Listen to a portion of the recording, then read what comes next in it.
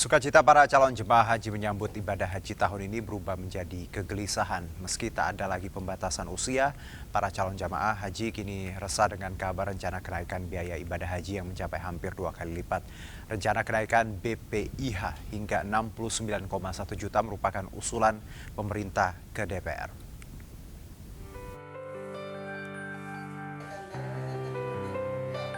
Setelah tertunda 3 tahun akibat pandemi, Muzakir, calon jemaah haji asal Kecamatan Diwek, Jombang, Jawa Timur ini begitu sukacita menyambut datangnya musim haji tahun 2023. Muzakir bersyukur tak ada lagi pembatasan usia bagi calon jemaah haji tahun ini. Namun demikian, kakek berusia 73 tahun ini kini gelisah atas kabar usulan kenaikan biaya ibadah haji yang cukup fantastis, mencapai 69,1 juta rupiah dari awalnya sekitar 39 juta yang sudah dilunasi sejak tahun 2022. Muzakir yang sehari-harinya berdagang kelontong pun mengaku tak tahu dari mana harus mencari uang untuk tambahan pelunasan biaya haji yang mencapai 30 juta rupiah. Keberatan sekali. Karena apa, Pak? Karena ya kok mundak sebegitu besarnya gitu. Terus mintanya kepada pemerintah, kepada DPR? Ya kalau umpama ada kenaikan ya, mbok ya sedikit seperti tahun kemarin itu cuma berapa gitu. Sebelumnya dalam rapat kerja di Komisi 1 DPR 19 Januari lalu, Menteri Agama Yakut Kholil Qomas mengusulkan biaya perjalanan ibadah haji atau BPIH 2023 sebesar 69,1 juta rupiah. Kenaikan itu akibat pengurangan nilai manfaat yang diterima calon jemaah haji. Dalam formulasi BPIH yang kini diusulkan ke DPR, rata-rata BPIH sekitar 98,8 juta, namun 70% ditanggung jemaah. Sementara hanya 30% yang diambil dari dana nilai manfaat. Ini berbeda dengan formulasi tahun sebelumnya dengan komposisi 40,54% ditanggung calon jamaah dan 59,46% dari dana nilai manfaat. Menteri Agama menyebut kenaikan BPIH untuk menyeimbangkan antara besaran beban jemaah dengan keberlangsungan dana nilai manfaat BPIH di masa yang akan datang. Yang paling logis untuk menjaga supaya uang jamaah yang ada di BPKH itu tidak tergerus, ya dengan komposisi seperti itu. Jadi dana manfaat atau bahasa awamnya itu orang sering menyebut subsidi, itu dikurangi, itu tinggal 30%. Yang 70% menjadi tanggung jawab jamaah. Meski belum menjadi putusan, usulan kenaikan BPIH yang sangat fantastis tentu menjadi kegelisahan ribuan calon jamaah haji. Calon jamaah berharap kenaikan biaya ibadah haji dilakukan bertahap dan tidak memberatkan. Harapan pergi ke Tanah Suci jangan sampai terenggut karena tak bisa melunasi biaya ibadah haji. Tim Liputan iNews melaporkan. Baik, pemirsa, pada 2022 pemerintah mensubsidi biaya haji hingga 60% dan sisanya dibayarkan oleh jemaah. Sementara pada tahun ini komposisi biaya yang harus dibayar oleh jemaah sebesar 70% dan sisanya sebesar 30% ditanggung pemerintah. Namun di saat yang sama pemerintah Arab Saudi justru menurunkan biaya paket haji. Usulan ini pun kontan mendapat sorotan masyarakat dan sore ini kita akan membahasnya bersama dengan Direktur Pengelolaan Dana Haji dan Sistem Informasi Haji Terpadu Kementerian Agama, Pak Jaja Jailani, dan juga Tulus Abadi, Ketua Yayasan Lembaga Konsumen Indonesia YLKI. Assalamualaikum, selamat sore Pak Jaja, Pak Tulus. Iya, selamat sore. Baik, terima kasih. Assalamualaikum warahmatullahi wabarakatuh. Ya, terima kasih Bapak sudah bergabung bersama kami. Saya mungkin ke Pak Jaja terlebih dahulu. Apa hasil yang terjadi di Komisi 8 pada Jumat lalu, Pak? Kalau boleh tahu update-nya seperti apa?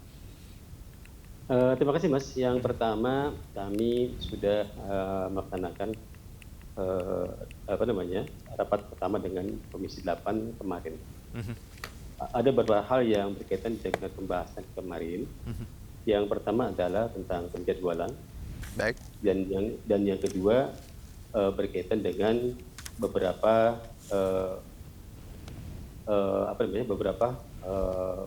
kebijakan yang akan diambil berkaitan dengan angka 70 dan 30% ini. Dan tentunya ini menjadi konsen kami bersama-sama dengan mitra kami Komisi 8, bagaimana mencari titik temu bagaimana rumusan yang ideal Baik. berkaitan dengan biaya penyelenggaraan ibadah haji tahun 2023. Demikian, Mas. Baik, kalau alasan sendiri Pak Jaja, kita tahu bahwa kita untuk menjaga nilai manfaat dan juga keberlangsungan ini, apakah se-urgent itu alasan ini atau tidak punya cara lain atau alternatif lain Pak Jaja sebenarnya? Ya. Dalam hal ini, Mas, pemerintah berumuskan berkaitan dengan pembiayaan haji tahun 2023 ini.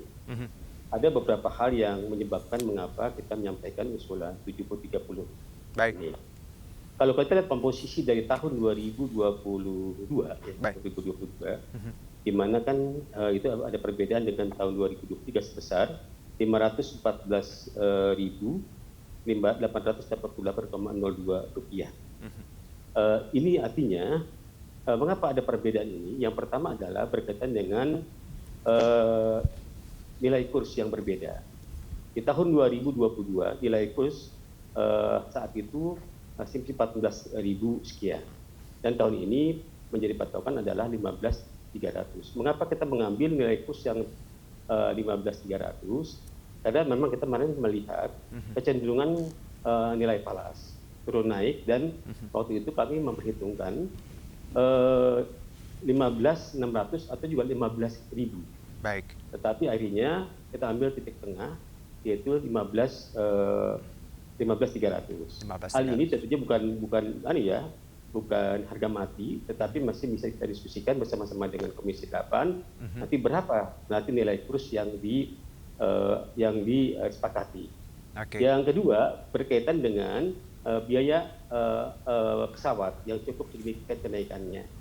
Nah, tentunya dengan hal-hal ini yang menjadi pertimbangan kita. Tetapi sekali lagi, Mas, ya, ini baru ajuan pemerintah. Baik. Ada pun nanti pembahasan bersama-sama dengan DPR. Terima kasih, Mas. Baik, jadi memang tadi masih dinamis sekali, masih dalam pembahasan seperti itu Pak Jaja ya. Jadi belum tentu nanti hasilnya akan 70-30. Saya ke Pak Tulus, walaupun ini masih wacana Pak, bagaimana YLKI menanggapi wacana ini? Pak Tulus, silakan.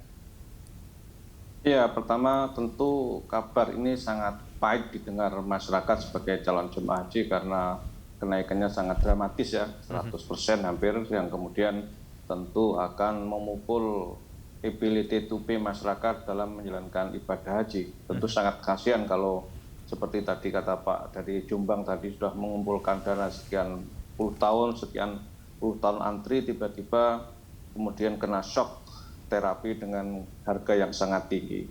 Nah, ini saya kira pemerintah memang harus kita dorong, Pak Lola dan kawan-kawan untuk mereformulasi ongkos naik haji yang lebih terjangkau lah ya, karena memang kalau dipukul harga 70 juta itu sudah melebihi batas psikologis dari kemampuan masyarakat.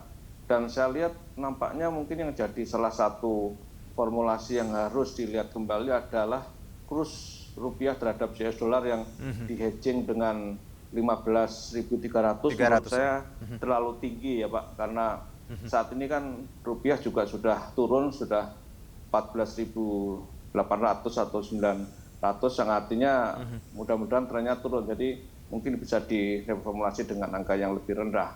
Yang kedua juga pertanyaan publik yang juga harus dijawab oleh pemerintah adalah biaya haji sendiri di pemerintah Arab Saudi diturunkan 30%. Nah, kenapa kok di kita malah naik? Itu saya kira harus dijelaskan kepada masyarakat soal turunnya biaya haji di Arab Saudi oleh pemerintah Arab, tapi di kita malah mengalami kenaikan yang sangat tinggi. Tapi mungkin karena pemerintah mengubah formulasi ibarat main bola ini menjadi 70-30, menurut saya itu juga sangat dramatis dalam mengubah itu karena tentu akan menaikkan harga yang sangat tinggi. Baik, jadi harusnya tadi tidak sesignifikan itu ya. Mungkin bertahap, Pak Tulus.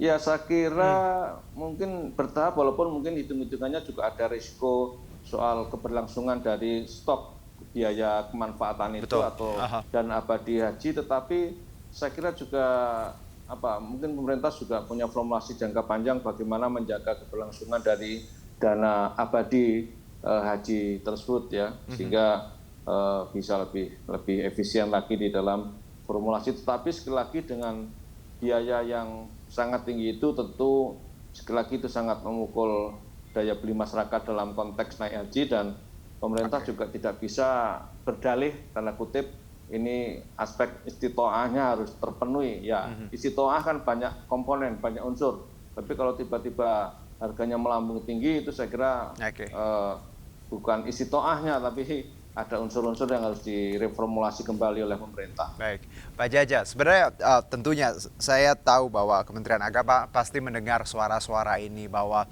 ada masukan, ada kritikan terkait walaupun ini masih wacana. Bagaimana sebenarnya Kementerian Agama menyikapi tadi kalau ada masukan dari YLKI, dari masyarakat, mbok ya jangan terlalu tinggi atau bisa diulang lagi, direformulasi lagi seperti itu Pak Jaja? Terima kasih Mas, saya menyambut baik sekali berkaitan dengan apa yang disampaikan oleh Mas Tulus ya, memberikan apresiasi. Ini adalah bentuk keperhatian kita bersama-sama bagaimana memformulasikan biaya haji yang ideal tahun 2023. Memang ada beberapa hal Mas yang menjadi pertimbangan tadi. Saya tertarik sekali dengan Mas Tulus tadi berkaitan dengan di Arab Saudi itu menurunkan biaya 30% ya, berkaitan dengan penyelenggaraan haji tahun 2023. Ini pun juga sudah kami formalisasikan dalam usulan, di mana kalau kita melihat di dalam kebijakan Arab Saudi untuk jamaah domestik, itu ada 4 kebijakan Mas. Yang pertama adalah paket yang dimulai dari 10,596 SAR sampai dengan 11,80 SAR atau sekitar antara 43 juta sampai dengan 44 juta. Ini paket di Masair Mas ya. Oke. Yang kedua, paket kedua adalah 8,092. Yang ini untuk domestik ya Pak Jaja ya? Domestik Saudi Mas. Baik. Nah, dari formulasi itu, ini bagaimana kita untuk mengusulkan tahun 2023. Untuk tahun 2023 ini kita pun juga sudah memasukkan unsur yang 30% itu Mas. Baik. Yaitu biaya Masair, di mana Masair tahun 2022 itu kan sebesar 5.656,87 SAR. Di tahun ini sudah kita turunkan menjadi 4.632,87 SAR. Ini artinya bahwa dengan formulasi yang di Saudi ada penurunan, kita pun juga secara langsung sudah mengajukan penurunan berkaitan dengan Masair.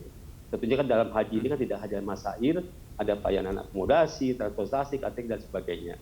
Inilah mungkin yang harus kita cermati kembali nanti bersama-sama dengan DPR berkaitan dengan penyelenggaraan BPIH tahun 2020. Oke, Pak Tulus, kalau kita melihat nanti, kalaupun nanti ada keputusan seperti itu, tapi nanti ya 16 Februari kalau saya tidak salah, apa dari LKS sendiri, apa dampak terbesar ketika kalaupun nanti diketok seperti itu 70-30?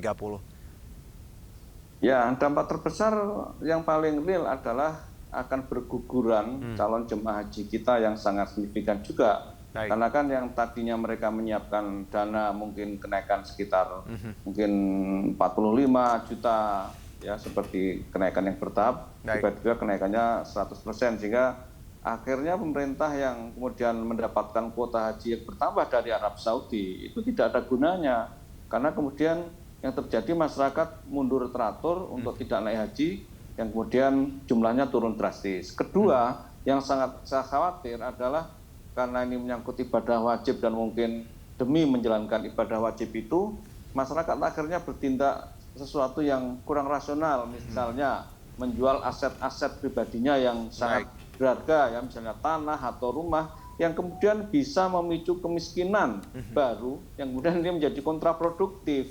Nah, ini juga harus dihitung-hitung oleh pemerintah agar ini tidak terjadi, karena fenomena-fenomena itu saya melihat di lapangan sudah sering terjadi, ya, menjual aset-aset produktif demi umroh, demi naik haji dan seterusnya. Oke, baik. Jadi pasti akan ini terbebani adalah bagaimana tadi masyarakat kecil seperti itu yang tadi hanya menyiapkan sekitar 40 juta, tapi ternyata overprice di angka yang bisa 2 kali lipat. Kalau saya ke Pak Jaja, ini memang tadi masih melalui banyak mekanisme. Yang saya dengar nanti diumumkan kira-kira kapan Pak? 16 Februari atau seperti apa? Rencana mungkin ini Mas, sekitar tanggal itulah ya. Tetap ini kan juga masih penjadwalan seperti itu, masih kita jadwalkan. Cuma kan nanti dalam realnya nanti kita di dalam pembahasan. Karena nampaknya ada beberapa hal yang perlu kita cermati. Kehati-hatian kita berkaitan dengan menentukan ini, tentunya juga kita melihat kondisi real nanti pas di Saudi sebelum kita memutuskan itu. Baik. tentunya nanti Komisi 8 juga akan berkunjung ke Saudi untuk memastikan betul. Nego langsung kita dengan muasasah, dengan